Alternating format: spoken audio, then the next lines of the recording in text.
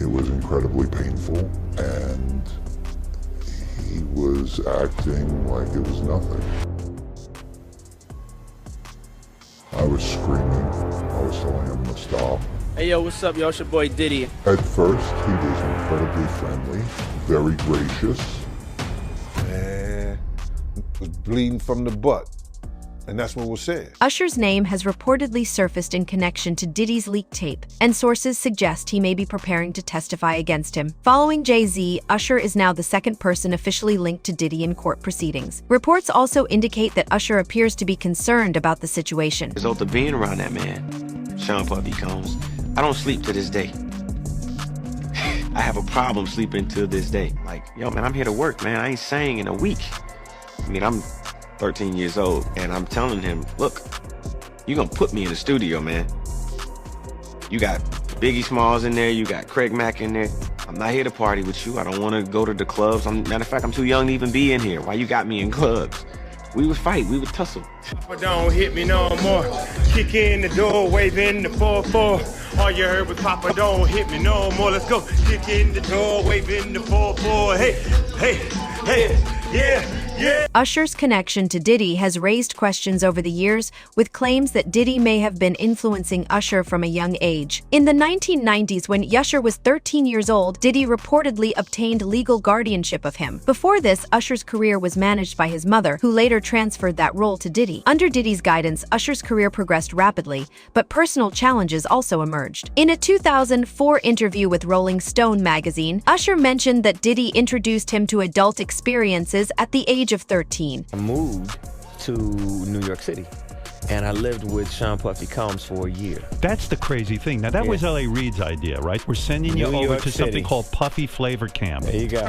To learn Flavor Camp? Yeah, Flavor that's Camp. what it was called. And you're going to go to Puff Daddy's. He's going In the 90s, do you understand what that's like? Puffy's place was like just filled with chicks and orgying like nonstop, right? No, not really. I Come mean, on. but hey, it was curious. I got a chance to see some things. Yeah, but you were 13. What were you seeing? I went there to see the lifestyle, Right. And I saw it, and it was, but I don't know if I could indulge and understand what I was even looking at. It was pretty wild. It was, So it was nobody crazy. tried to, some woman didn't come along. I didn't say that.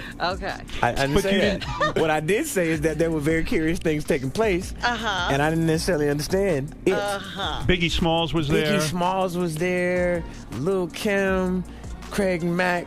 All these people are hanging around. Yeah, man. Faith Evans, And your Jodeci, parents were Mary J. okay? Blige. They didn't know nothing about this. Oh. I was having a good time. You know what I mean? Does he have you doing any chores? Are you doing dishes at all? I mean, to keep you humble somewhat? Or are you just like, can you stay up till 4 in the morning with them and party? I mean, I could. I actually stayed up longer than them. And do you have money? What's going on? I mean, I had like per diem. Yeah. I had like, What like a a living. life. Yeah, it's pretty crazy. 14 years old. You're a dad now. Would you ever send your kid to Puffy Camp? Hell no. See? Usher lived with Diddy for over a year and was reportedly exposed to experiences that were inappropriate for someone his age. Allegations suggest that Diddy manipulated Usher, leading him to believe that his career depended entirely on Diddy's support, which created a sense of dependency. There have also been rumors in the industry of incidents where Usher faced harm, and multiple industry insiders have reportedly supported these claims. But I heard it from some music executives. Where did you hear it? Bro, you know how people be talking, and we was around some people, something like that, and then some people might say, yo, I don't F with that dude. And at the time, I didn't even know who the F Usher was. You know what I'm saying? It was one of those type of situations. And when people say, yo, man, I don't F with them niggas. You know, I'm getting out that industry and everything like that. You know, Puff sent this little kid to the hospital. How he sent him to the hospital? Man, was bleeding from the butt. And that's what was said. But I didn't even have a name for the kid at the time. Then you heard, and that's what happened. In addition to eyewitness accounts, there are claims of tapes allegedly showing Usher at Diddy's parties, where Diddy is heard making inappropriate comments about Usher. Reports suggest that Usher appears visibly uncomfortable but goes along with the situation, as he reportedly has since a young age. Allegations have also surfaced that Diddy promises young stars career support in exchange for personal favors, keeping them under his control. We want to thank you. Come here. Don't sit on the bed at night. No homo. No, just don't get close to the bed. Don't get close. But it's just like, yo, we want to thank you for hosting the thing, man. It's been a pleasure. You didn't have to do it, and you did it. No. I definitely didn't have to do it. I definitely didn't have to. First and foremost, I'm not getting in the bed. Shout out to him and what he did. I'm just gonna, if we can, let's just put the camera a little this way, just so we're not. I don't want my shot to even, I don't want it to come close to the bed at all. Usher look like he fresh off a goddamn plane. Usher. Fresh off the guard stage. That's my brother right here from day one. We used to wake up and, pause, but like that's how. Back in the days when he was like 10 and I was a little bit older, his older brother, we used to fight over the Frosted Flakes. You know what I'm saying? Before pause was invented. You know what I'm saying? But it's my brother for real. We used to actually wrestle off of the Frosted Flakes because he used to always get up early. Now he's one of the richest stars in the world. And What the f did Puff just say? Nobody's gonna acknowledge this but me. Puff just said we used to wrestle over the Frosted Flakes, and we're streaming live. That was stupid. Listen, that was stupid. Listen, we having a good time, yo. Usher made it in the... Hey, yo. This incident is just one of many that reportedly has Usher distancing himself from Diddy. Gene Deal, Diddy's former bodyguard, has also claimed to have witnessed inappropriate interactions between Usher and Diddy. According to reports, Diddy's actions were less about personal gratification and more about exerting control. This alleged behavior reflects a pattern that has been highlighted in connection with other individuals as well. Looking at this lawsuit, right, Lil Ron, he alleges that, Diddy told him personally that he had sex with Usher. And when you look at the lawsuit, even though they got Usher name redacted, you can tell who it is because they describe him as the guy that performed at the Super Bowl. Right. So, we all know who that is, but how you feel about that, man? Well, I mentioned that earlier, that he said about Stevie J. The Usher part, that's a touchy situation, man. You know what I'm saying? Because I had a certain feeling, and I felt a certain way when Usher got on Shay Shay, and I don't mean to mention other people's platforms, but he got on Shay Shay and he mentioned how great and how good Puff taught him and everything. You know what I'm saying? About the business, right? I know, and people know, that was around in that time that Puff and Usher did have a situation. And that situation led Usher to the hospital. Now I let Usher explain that to y'all. I let Usher tell that story. But how dare you say a man that groomed you gonna give him a pass? Bro, you know I know. Let me reframe you on something. Remember Usher? We was at the Swiss Hotel. Puff had Kim in the room. Had one of Keith Sweat's baby mothers in the big room outside the master bedroom. He came outside in his robe. She gave him a fellatio right there. His back was turned to me. She gave him a fellatio. You knocked on the door. I came and opened the door for you. Puff went in the room. You came in the room and kissed that girl dead in the mouth. Now I'm telling that because you taking up with somebody that you know and a lot of more people know didn't do you right when you was at Diddy camp.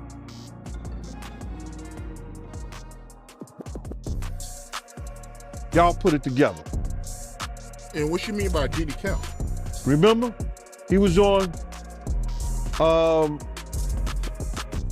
one of the talk shows, the white guy with the curly hair. What's his name? the white guy with the curly hair, and he said, yo, would you send your son to Diddy camp? And Usher said, no. Ask him why he won't send him to Diddy camp. But yet and still you praise him. Damn, man, and you said that, I know you can't go into detail, but you said that it was a situation where Diddy sent him to the hospital? Let Usher explain that to you. Let Usher mama explain that to you. And the hospital was in Scarsdale, New York. The leaked tape is reportedly just one of hundreds that Diddy allegedly recorded and stored at his mansion. According to reports, Courtney Burgess, a close friend of the late Kim Porter, has handed over 8 of these tapes to the FBI. Burgess claims the tapes show Diddy in inappropriate situations with minors who appear to be under the influence. Additionally, other celebrities are allegedly seen taking advantage of these minors while Diddy observes. It is also reported that flash drives handed over to authorities contain an unedited version of Kim Porter's memoir, which allegedly outlines the operations Diddy was running. And those statements include descriptions of what the witness says he saw on those tapes. So I asked him about that, and he answered what he could, given the limitations imposed on him after testifying before the grand jury. Out of those 8 videos, 8 celebrities, 6 men and 2 women, how many of those 8 celebrities were close to being underage or potentially underage? 2 males. 2 males. And of those 8 celebrities, how many of them were intoxicated or under the influence of drugs? This is going to be all speculation. I just want to preface it by he wouldn't know if they were. Right. Sure. Appear to Let be. me rephrase it. Based on, yes. Understand. Out of the 8 celebrities who were recorded having intimate relations with Sean Combs, how many of them appear to be either inebriated or intoxicated or under the influence? All of them. All of them. Out of those 8, how many appear to be potentially victimized? How many might have been victimizing? I think all, to be honest, all. Were victims They or victims. were perpetrating? Victims. They were all 8 were victimized. Yeah. Meaning this was happening to them and they were inebriated. Right. Not knowing, I guess, how much proof it was in it, what they was doing. And of those 8, how many seemed to be potentially minors? 2 to 3, possibly 3. Thanks for watching. Go to joinnn.com to find News Nation on your screen. And don't forget to click the red subscribe button below to get more of News Nation's fact-driven, unbiased coverage. Several other tapes have surfaced alongside exclusive interviews with previously silent victims. These individuals had reportedly been too afraid to speak out against Diddy while he was free and influential. However, now that Diddy is behind bars and unable to intimidate them, they have found the courage to come forward and share their stories. You should always advocate for yourself and be a voice for yourself. You should never let what somebody else did ruin or run your life.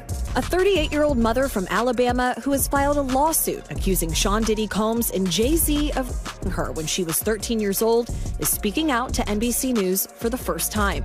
She asked us not to reveal her identity. What made you want to come forward and talk today? Because I think that I've been quiet long enough about what I've been through, and it's been hard enough to be quiet. But it's a chapter of my life that I'd like to close. You weren't scared to be all alone? No, with having autism is like feeling like you live your life in a shatterproof juggle ball. The world's on fire.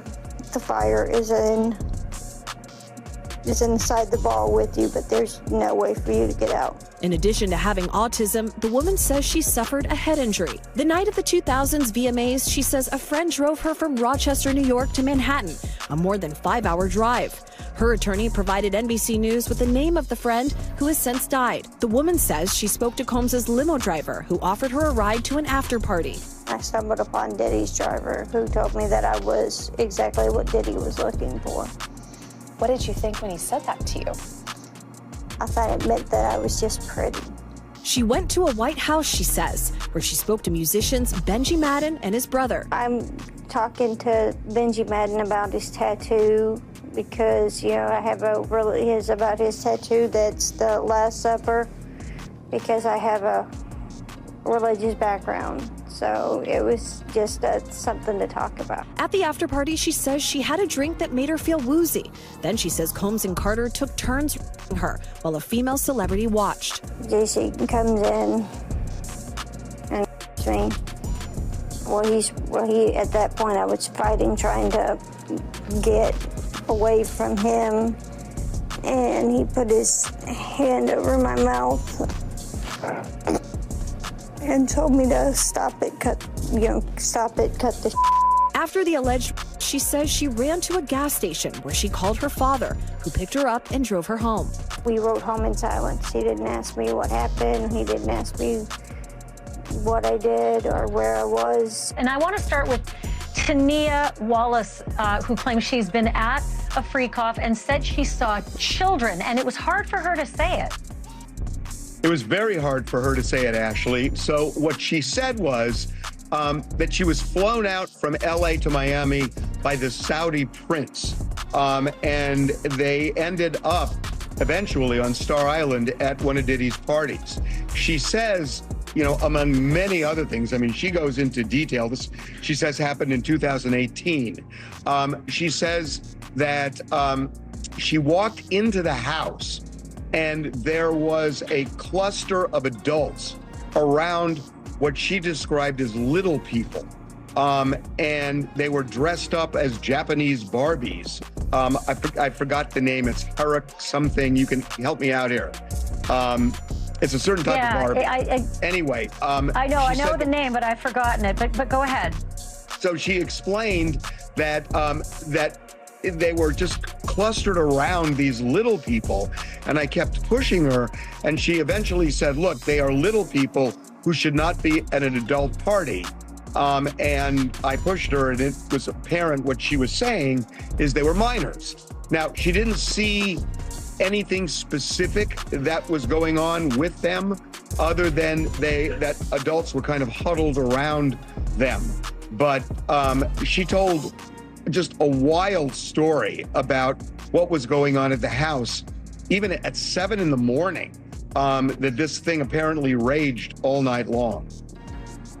You know, it's amazing. TMZ always gets such great scoops, and this one might be one of your best as well. You got a hold of one of the Freak Off tapes. Your producers have seen it.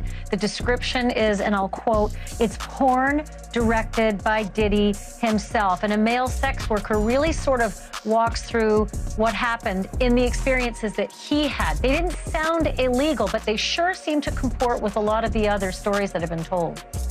Yeah, so the this was a threesome.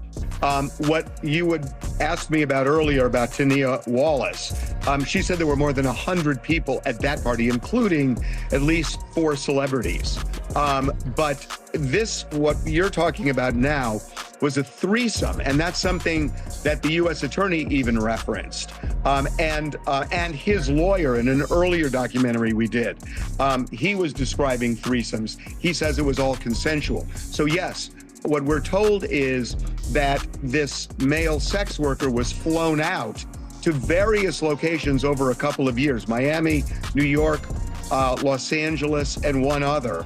And they would meet in hotel rooms, and Diddy would often watch as he would have sex with this woman who was associated with Diddy. So that seems to be what the feds are looking at right now in terms of alleged sex trafficking. if they are transporting somebody and perhaps paying them to cross state lines, that could end up being part of sex. Now, we know that this guy got a subpoena and he ended up not testifying before the grand jury, but talking to prosecutors. And we're told that he left that tape with them.